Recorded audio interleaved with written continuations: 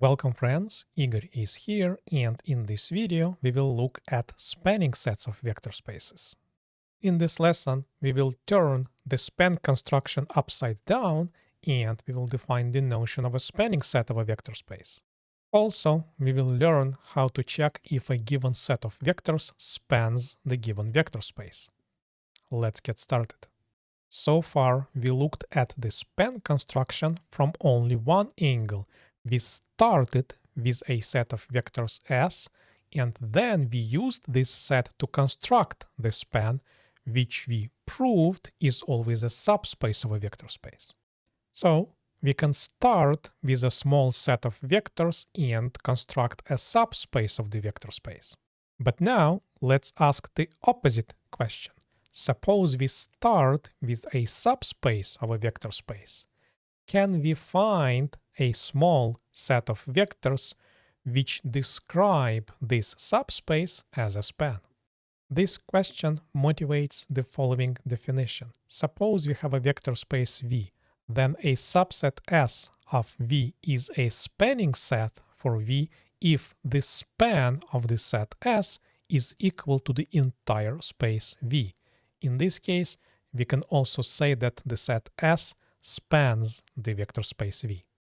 Let's work out an example in the vector space of 2 by 2 matrices. We have this set of 3 vectors from this space, which we proved in the previous video to be linearly independent in this set, and now we're asking if this set spans the entire space. To be honest, I can say just by glancing at this set that it will not span the vector space. Do you want to possess the same kind of superpower? Well, I will teach you this trick in one of the future videos. But enough of me showing off. Let's get our hands dirty. Let's do the computation. To span a vector space means that every vector in this space should be a member of a span. In other words, every vector in the vector space should be expressible as a linear combination of the given set of vectors. Let's take one particular vector from this space. It is a 2 by 2 matrix 0, 1, 0, 0. Let's see if this matrix can be expressed as a linear combination of the given 3 matrices from the set S. We need to determine if there are values of the scalars alpha 1, alpha 2, alpha 3 which make this equation true.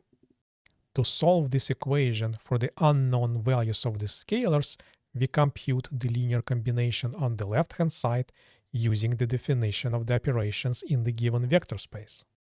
This single matrix equation is equivalent to 4 separate equations which represent equalities of the corresponding components. This is a linear system with 4 equations and 3 unknowns. The unknowns are scalars alpha 1, alpha 2, alpha 3. To solve this linear system, we construct the augmented matrix and we reduce the augmented matrix. In the reduced row echelon form, we see that the last column is a pivot column. This tells us that this linear system is inconsistent.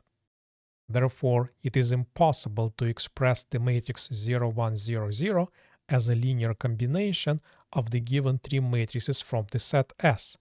This tells us that this set of 3 matrices does not span the vector space M22.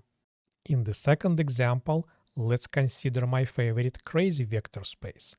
In the previous video, we proved that this set R is linearly independent in this space.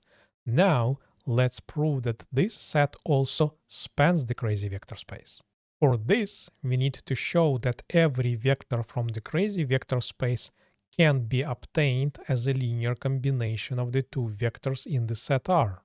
So we take an arbitrary vector from the crazy vector space, which is an ordered pair with unknown components x and y, and we're looking for the scalars alpha 1, alpha 2, so that the linear combination of the vectors in R is equal to the given arbitrary vector in C.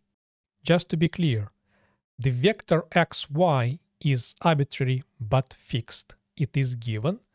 What we're looking for are the values of alpha 1 and alpha 2 in this equation. To solve this equation for alpha 1 and alpha 2, let's compute the result of the linear combination. First, we take the scalar multiples using the definition of this operation in the crazy vector space. We simplify the expressions and then we add the vectors again using the definition of the operation of vector addition in the crazy vector space. This results in the equality of two vectors in the crazy vector space, which in turn results in a linear system with two equations and two unknowns.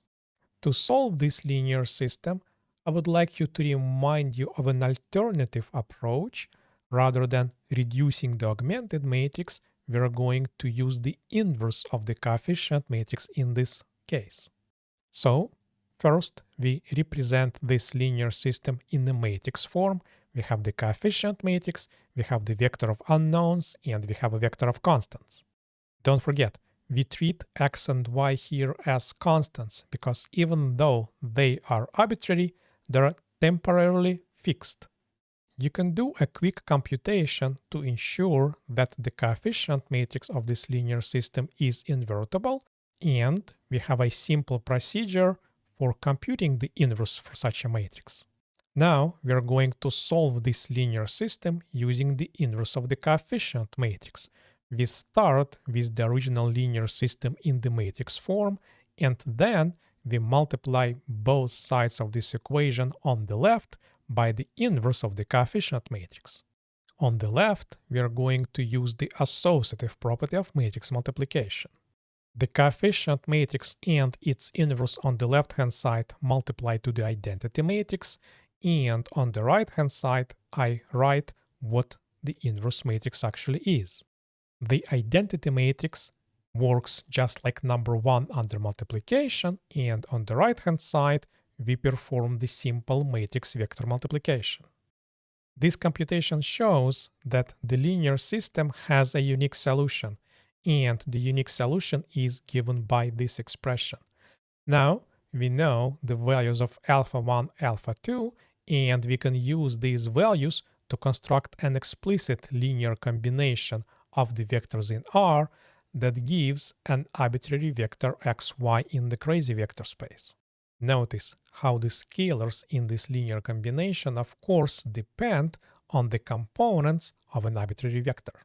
This computation shows that every vector in the crazy vector space can be obtained as a linear combination of the two vectors in R, and this means that this set R spans the crazy vector space. If you found this video useful, please give it a like to help others discover this content, and subscribe to this channel to see more of these videos. In the next video in this series, we will discover that every vector can be expressed as a unique linear combination of the vectors in the spanning set as long as that spanning set is linearly independent. I will see you later.